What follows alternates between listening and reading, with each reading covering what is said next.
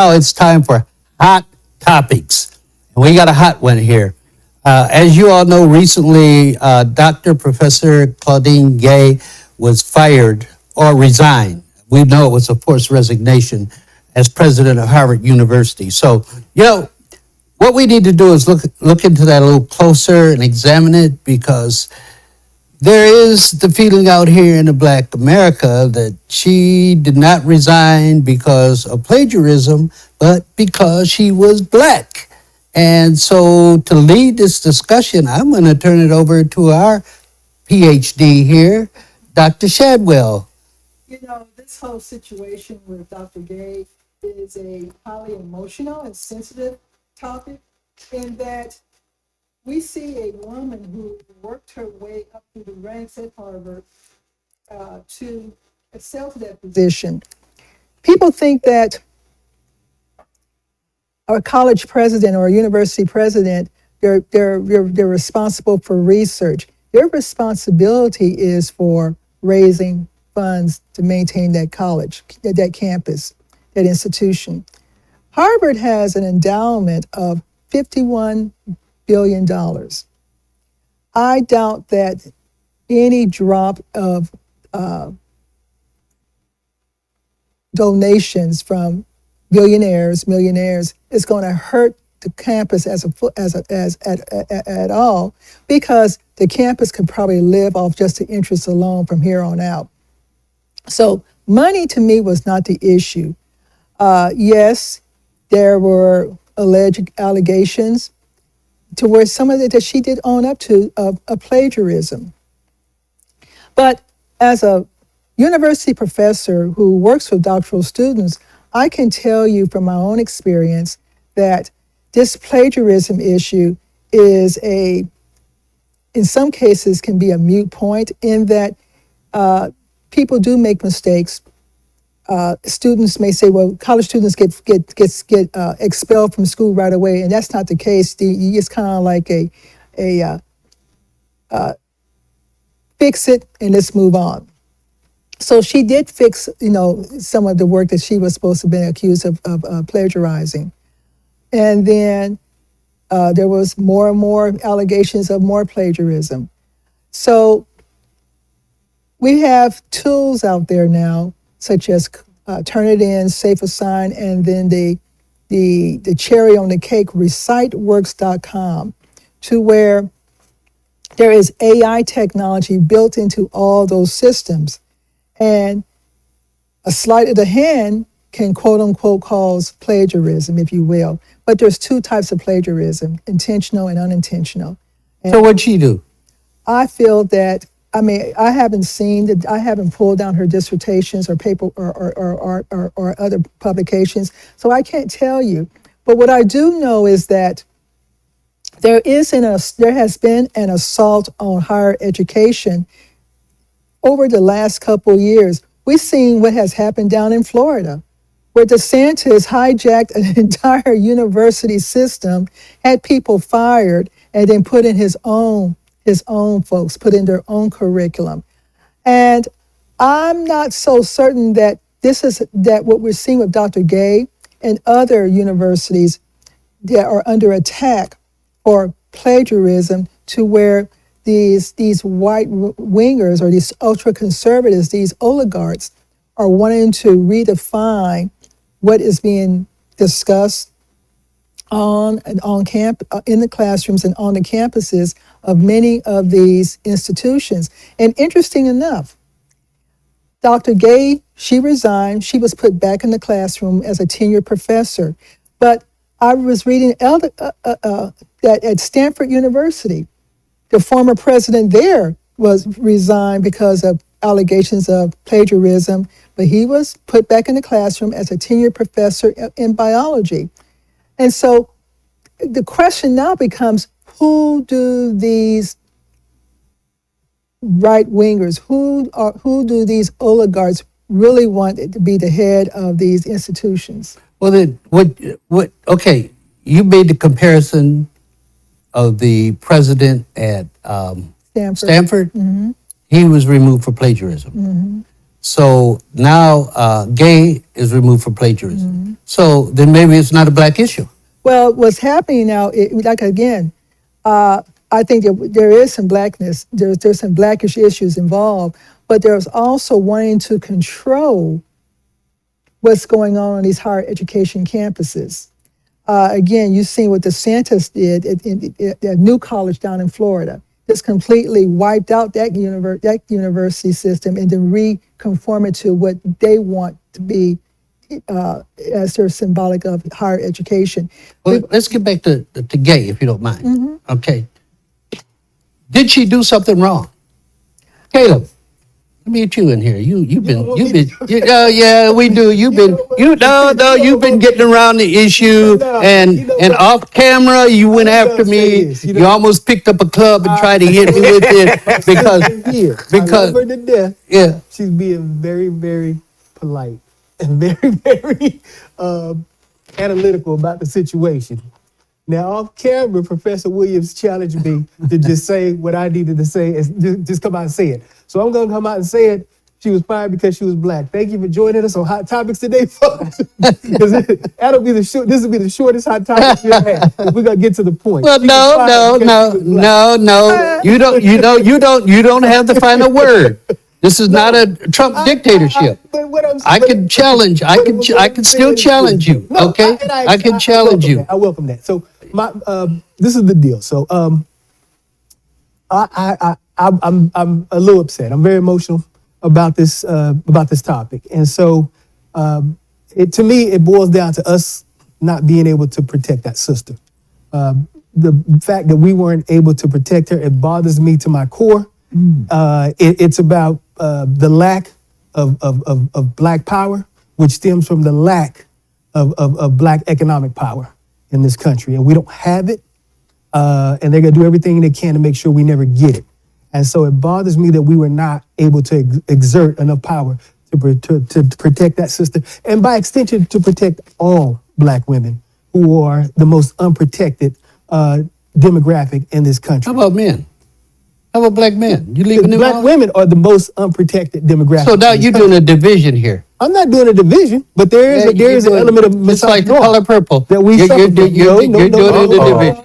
You're doing a division, just like the color purple. We were not able to protect that Okay. sister. And that bothers Now me. we're getting it on. So what I mean, this sister, I Parliament would say, I stayed up we to getting 2 in the it morning, on. taking a look at this sister's work, taking a look at the comparisons, and basically it boiled down to the same thing that the Harvard Corporation said, the same thing that the Crimson said, which is the student newspaper, is that it came down to quotation marks.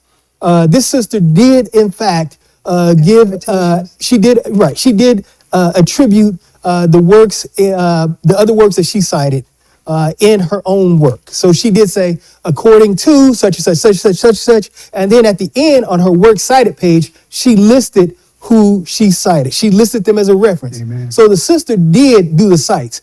These folks are attacking her because of a quotation mark. That's what it boils down to. It is a grammatical error. It is not plagiarism. You can't say that a grammatical error is plagiarism. It doesn't constitute plagiarism. The Harvard Corporation said that, the student newspaper said that, and everyone else who is not a racist has come out and said that. It did not constitute plagiarism. So you're saying that if I say it's plagiarism, I'm a racist. I'm a white racist with a black skin. I'm sorry. But let me say this though.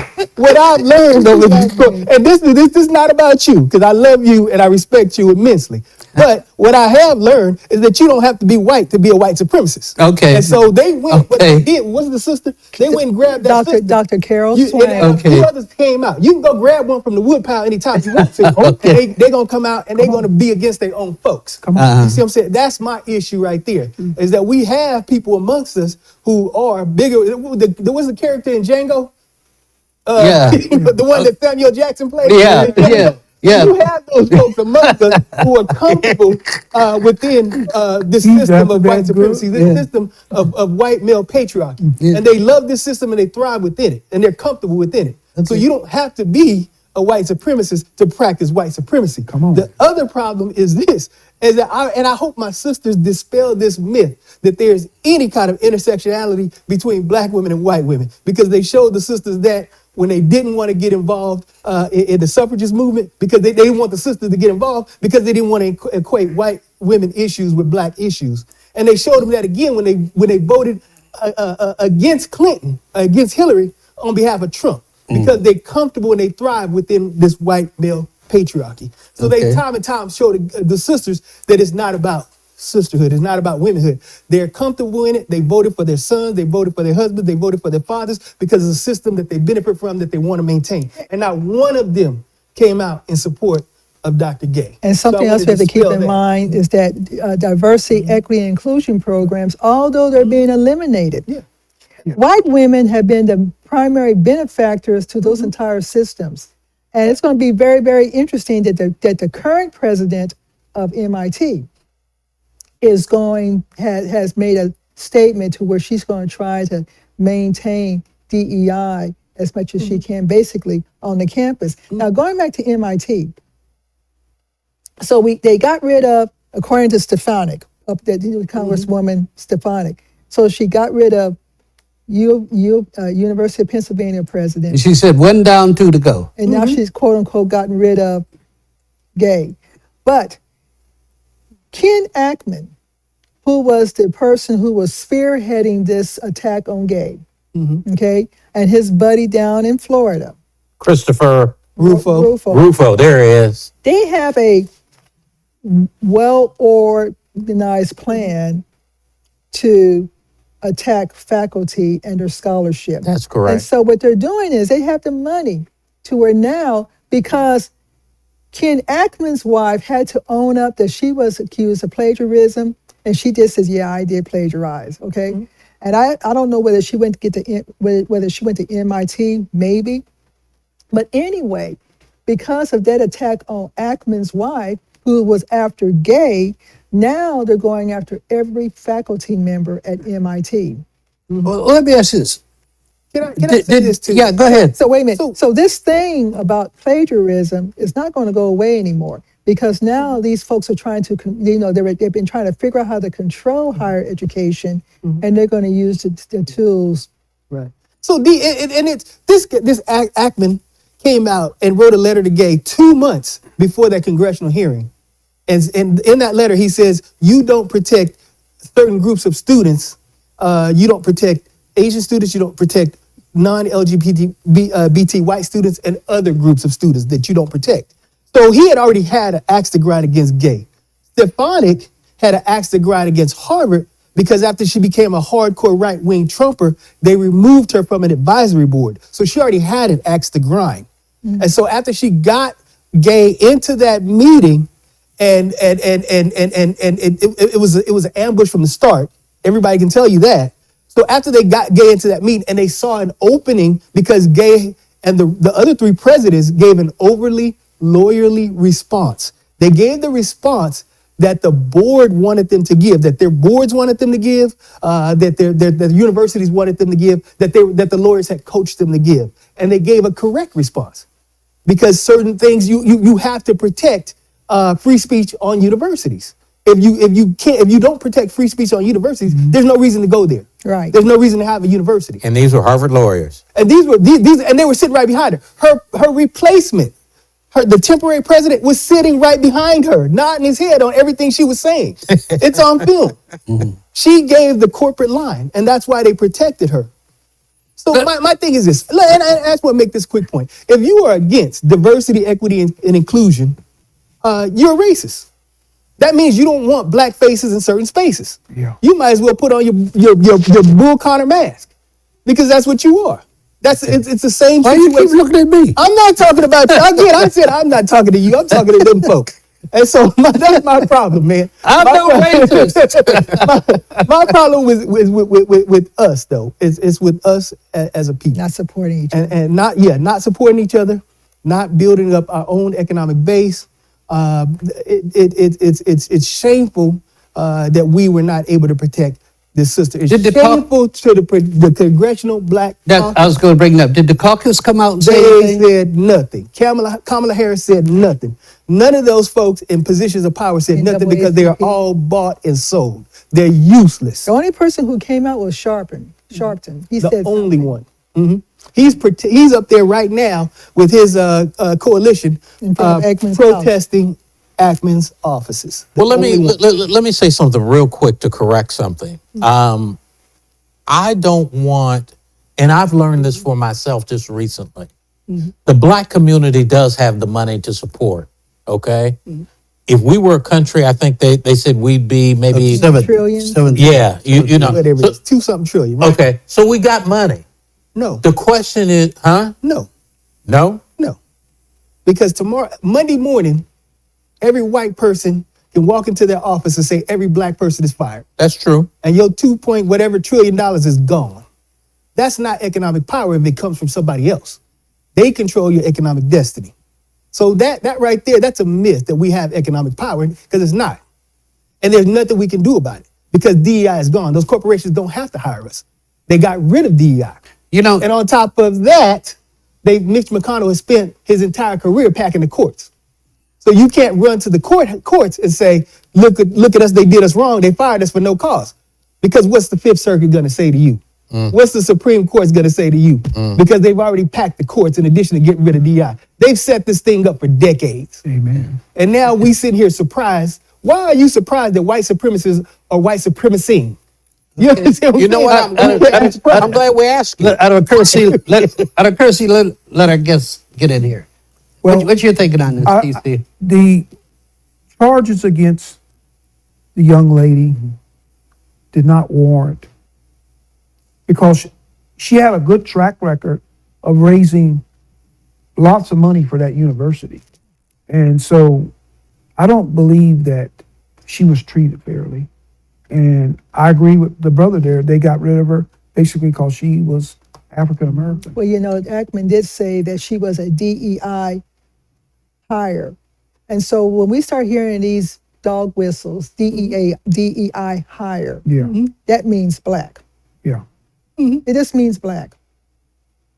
And and again, that's something that people, these folks act like Harvard was going through the streets of Roxbury picking out black people saying, do you want to come to Harvard? Those folks that are admitted are highly qualified black folks that go there. The folks that work there are highly qualified black folks. Those kids that are admitted to Harvard are all excellent students, A students. They spend their whole life studying and working hard so they can get admitted to those kinds of institutions. So- it's not a Manichaean choice, right? Between what? between black excellence, and DEI. You can have both. Yeah. So let me. You're saying only because it was only one quotation mark. Are you saying that's all it was? No, I'm saying it was a matter of quotation marks. More than one, because you More made it than- sound like more it than was just one. one. So they went back to 1997. They went all the way back to 1997 and examined every incident, and they counted each quotation mark as an incident. So I don't know if they understand this, but a quotation mark goes on this side and that side. That's not two different incidents, but they counted each and every missing quotation mark But there was more than one. as an incident. Since 1997, there's more than one over 20 some odd years of her writing. Let me say this from my experience. I worked for Perrin Mitchell. Perrin was chair of the House Small Business Committee. He fought the big companies. He got set aside money for black business. IRS did him every year. And Perrin told us, if you're going to be out front like that, cover your bases, leave no openings. Anytime Perrin did anything, he had a receipt for it. And when you get into that kind of position, unfortunately, it's unfortunate we have to do that as blacks. You got to cover every base. And so what she did, unfortunately, it may be wrong, and I think we all agree it's wrong. She gave him an in. But this is what He I'm gave saying. them an This is in. what I'm saying about that. Black women don't have the ability to make a mistake. Why can't they make Why the do same you just say mistake? black women? Why can't they Black make the men same don't have mistakes the- that white women make? Why are you listening to women? No, because I'm saying this is about her. This is about them going after that sister. And why don't they have the ability, the comfort to be human? Why do they have to be super women each and every moment Because of the you're day? black in this country. Okay. Because you're black in this Again, country. white And- supremacy are white supremacy. Absolutely. Absolutely. what it is. And if she's going to try to get to the top of their totem pole, which is president of Harvard, man, she better cover all her bases or they're coming after her. And I believe if she knew in 1997 that she would end up as president of Harvard, she would have covered all her bases. Well, even when she knew that she is being considered, she should have gone back and gone through all her papers, everything, to see, is there any way these white folks, these racists can come after me? Because Right. you know But- darn well, Caleb, they're going to come after her as she is the president of the most prestigious university in this country. Fred, you know this. You know how many eyes are on a dissertation. That dissertation went through multiple eyes. It went through an entire committee. It went through multiple rewrites, multiple revisions. Publications. Right. It went through editors to be published in order for it to even make it out there. Well, she needs to talk to her editor. First And of all, she I needs to thought talk to- the first thing I and- thought about her who editor- edited her work. Her to dissertation do that. advisor, the committee. You know what I mean? There were multiple eyes on that dissertation. My point is, and you know this as a writer, you don't edit your own work. You be ridiculous when you- editor. when you- when You you- get an editor. when you An edit, you editor edit in should catch that stages. kind of thing. So who's to blame if they don't? No, but again, it went through multiple eyes. It went through an entire committee. That's not what I'm talking about. Committee read that Caleb, dissertation. that's not what I'm talking So about. if you're I'm talking you're about telling you me- have to have an editor to edit your work. I understand. So who's You- to blame you- if they don't? If the editor doesn't catch it, who's to blame? She is. But Okay. Chris, She is. it went But the through editor five should eyes. catch it. I understand. I'm agreeing with you. I'm just saying The he- committee, to his the point. committee has no responsibility to catch her errors. Yes, they The do. edit, no, they don't. They will hand that No, they dissertation don't. back and say, "Hey, look, No, they go don't. and They revise don't. this." They're- That's their job. They're usually Committee's looking at responsible for content. They're usually looking at content, not at that. The editor who edited her work should have said, "Hey, you missed your quotation mark here, your quotation mark here, and quotation mark here," and then she should have caught it in her final reading of it. Because if someone hands you a dissertation and you see it and you don't see if those quotation marks are an issue that rises to the level of plagiarism, you're going to reject that dissertation and say you need to fix this because this is plagiarism. But we've already agreed it wasn't plagiarism. Okay, Then she should so have a job. so She should still and be the president committee, now. the committee did not look at it as plagiarism, right? Right.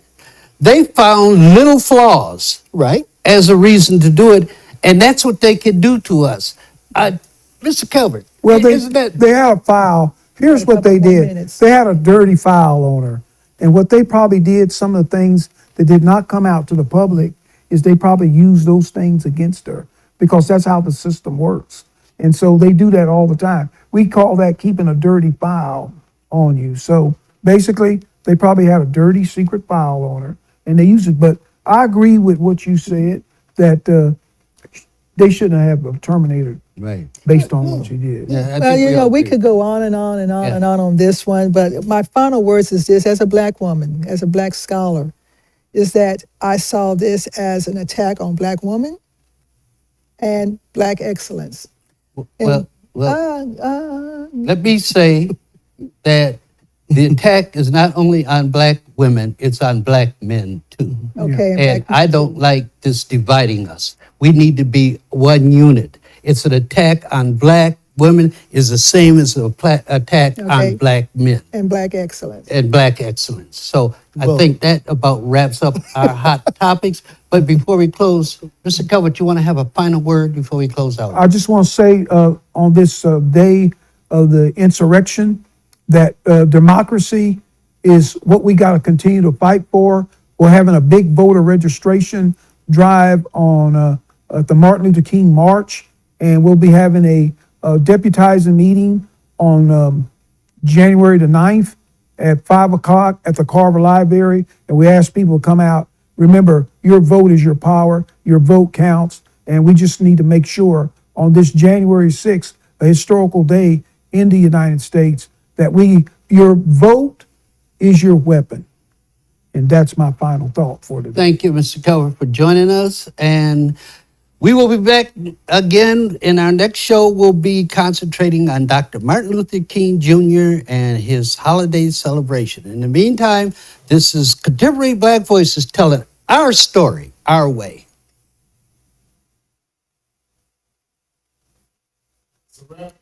Great job. Man, that was great.